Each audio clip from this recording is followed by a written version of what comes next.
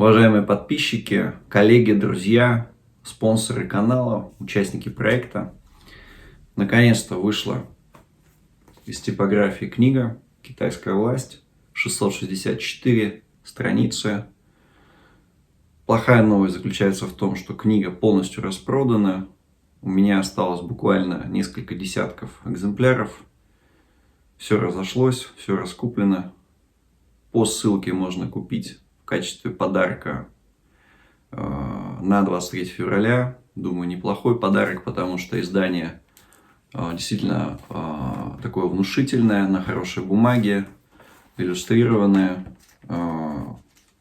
Если успеете, пожалуйста, приобретайте книгу. Думаю, что подарок будет очень хороший, такой солидный для нынешних и будущих руководителей. Почему для руководителей? Потому что в Китае тема очень острая. Если какие-нибудь 10 лет назад, там даже 20 лет назад это было, да и вообще, собственно, китаистика, да, после развала Советского Союза, это было такое прибежище маргиналов. Китай изучали экзотическим способом. В Китай ездили буквально единицы, то сейчас уже буквально каждый уже успел поработать с китайцами, а кто еще не работал, то будет работать. Неважно, это бизнес, политика, региональное сотрудничество, культура, гуманитарные проекты. В любом случае нужно иметь уже четкое объективное понимание и достаточно глубокие по отраслям исследования. Вот все в этой книге это есть. Очень интересно сочетается академический подход, то есть разбор китайских органов власти центральных по Конституции новой 2018 года. Это и парламент, это и Госсовет и так далее, а также органов власти Компартии, Комсомола. И это все сочетается с изложением вот этих вот структурных особенностей, их истории, кто был раньше министрами от основания Китайской Народной Республики, с их групповой клановой принадлежностью.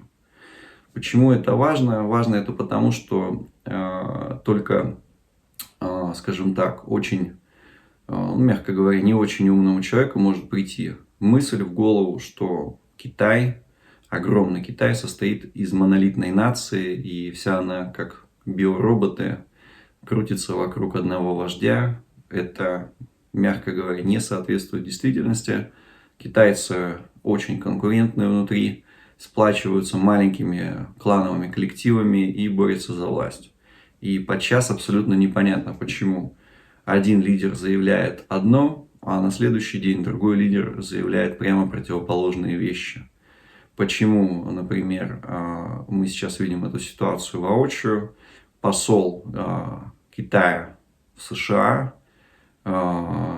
Цуй Тьянхай, он заявляет очень примирительные вещи, воодушевительные вещи, заявляет о некой перезагрузке отношений. В то же время авианосцы американские идут в Тайваньский пролив, Южно-Китайское море. Стороны фактически готовятся к войне. Как это может быть в одном государстве? Часто нам востоковеды объясняют, что это такая вот китайская специфика. На самом деле это вовсе не китайская специфика. Это специфика распределения власти между кланами, которые носят не только особые отношения, имеют по отношению к крупнейшим глобальным силам, но и имеют очень четкую субэтническую окраску по принадлежности к провинциям. Вот в этой книге очень подробно рассказывается о специфике целого ряда провинций, как они себя исторически проявляли, как связан Си Цзиньпин с руководством Советского Союза, его отец, как они связаны, почему они ведут очень яркую, лояльную России линию. Все это очень подробно написано в этой книге. Дополнительно, буквально целые главы и, по сути дела, маленькие книги вшиты про шанхайскую группировку, южно-китайскую группировку Е, ряд других. Открыта абсолютно большой гигантской главой шаньдунская группа, ее растущее влияние, ее отношения с группами в прошлом, которые сейчас повторяются, потому что клановые конфликты, они длятся десятилетиями, возможно, даже столетиями. Огромная глава посвящена комсомолу. более развернуто. Подробно достаточно написано о супругах руководителей государств. Все это рассматривается в таком ключе. И дополнительно, конечно, огромная часть книги посвящена китайской современной экономике. Все в цифрах, подробно достаточно, как Китай пережил локдаун, цифры основных торговых партнеров, ключевые проблемы Китая как глобальной экономики. То есть книга пытается ответить в том числе на вопрос о том, сможет ли Китай стать глобальным игроком, что ему препятствует, в частности, проблемы неокра, проблемы продовольственной безопасности, проблемы иного характера.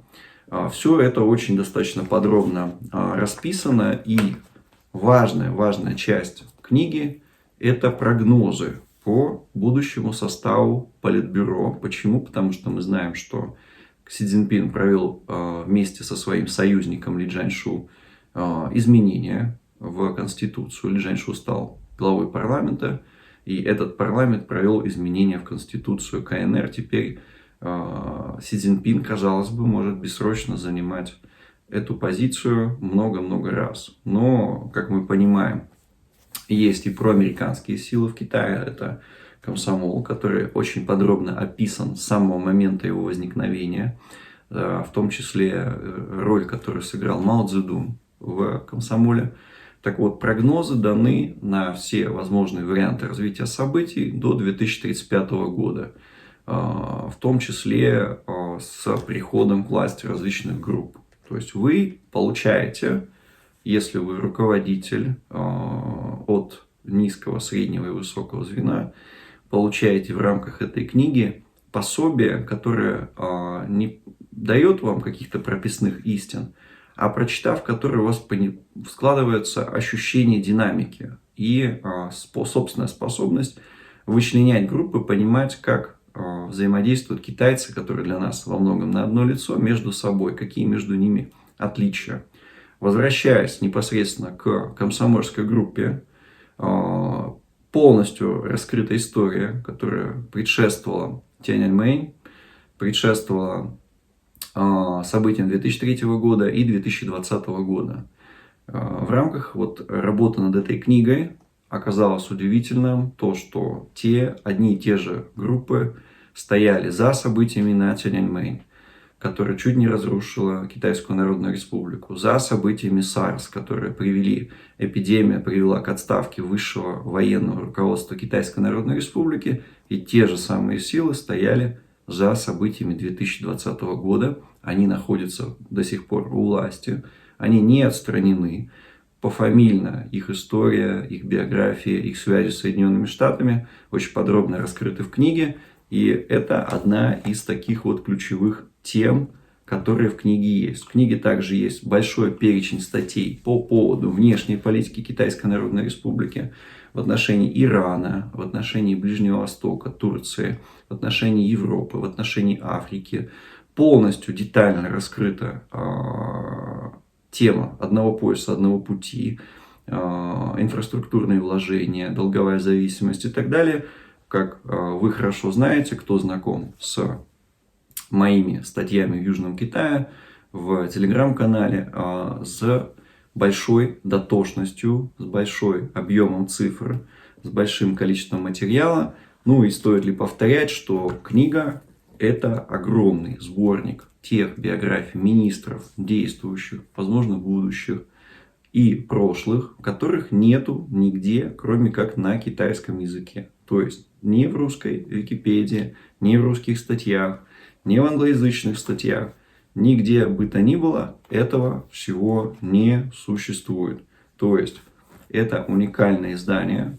Автору не скромно себя хвалить, но, к сожалению, таково уникальное издание делает не то, что автор является каким-то очень талантливым востоковедом, а скорее наоборот. То, что, к сожалению, востоковедение не утрачено, объективная информация к нам не поступает.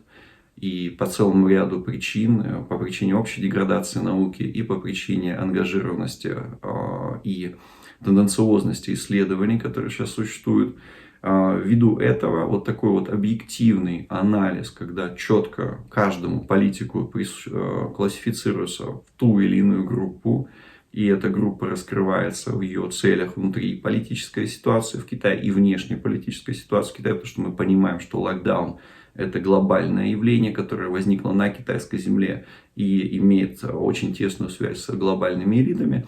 Вот такого исследования никогда раньше не было публично опубликовано. То есть публично оно никогда не появлялось. Здесь есть четкое понимание. Книга является всеобъемлющей, насколько это можно, да, об этом судить. Поэтому у нее такой колоссальный объем. И прочитав эту книгу, у вас как минимум есть понимание всех нынешних процессов от цифрового концлагеря, которым таковым не является, цифрового юаня, шелкового пути, органов власти, экономических вопросов и всех возможных других вещей, которые составляют комплекс современных знаний о Китае. То есть, эта книга, это вот огромная книга, это по большому счету можно назвать такой мини-энциклопедией по современному Китаю, реально существующим проблемам, а не проблемам, значит, декоративных боевых искусств, проблемам, значит, астрологии, которая сейчас, значит, у нас очень в части и прочего, соответственно, не имеющего отношения к реальности явлениям. Вот здесь вот актуальные, реальные факты о современном Китае, которые носят энциклопедический охват. Но вот именно в связи с тем, что объем колоссальный, было принято решение на базе вот этой книги запустить к концу второго квартала 2021 года полноценный, постоянно обновляющийся, закрытый сайт с электронной книгой, со всей информацией, которая бы превратилась бы в Википедию по Китаю, закрытую, для тех, кому Китай действительно нужен, не для досужих разговоров, а кто с ним работает. У нас с ним гигантская граница, энергетика, переплетается административный аппарат, стыкуются позиции в Совете Безопасности ООН. Вот кому нужно понимать современную проблематику Китая, сможет ли он стать глобальным игроком, глобальным лидером, какая роль России в этом во всем, кто нам там друг, а кто нам враг. Это очень важно различать, когда работаем с китайцами. Вот эта книга дает ответы на эти вопросы. Спасибо большое за ваше внимание. Подписывайтесь на мой канал. Постараюсь быть почаще выходить в эфир. Сейчас в связи с загруженностью не успеваю. Подписывайтесь на телеграм-канал. Там есть новости, встречи с автором, когда будет следующая встреча в Москве. Ставьте лайки, пишите комментарии. И рассказывайте друзьям. Спасибо большое.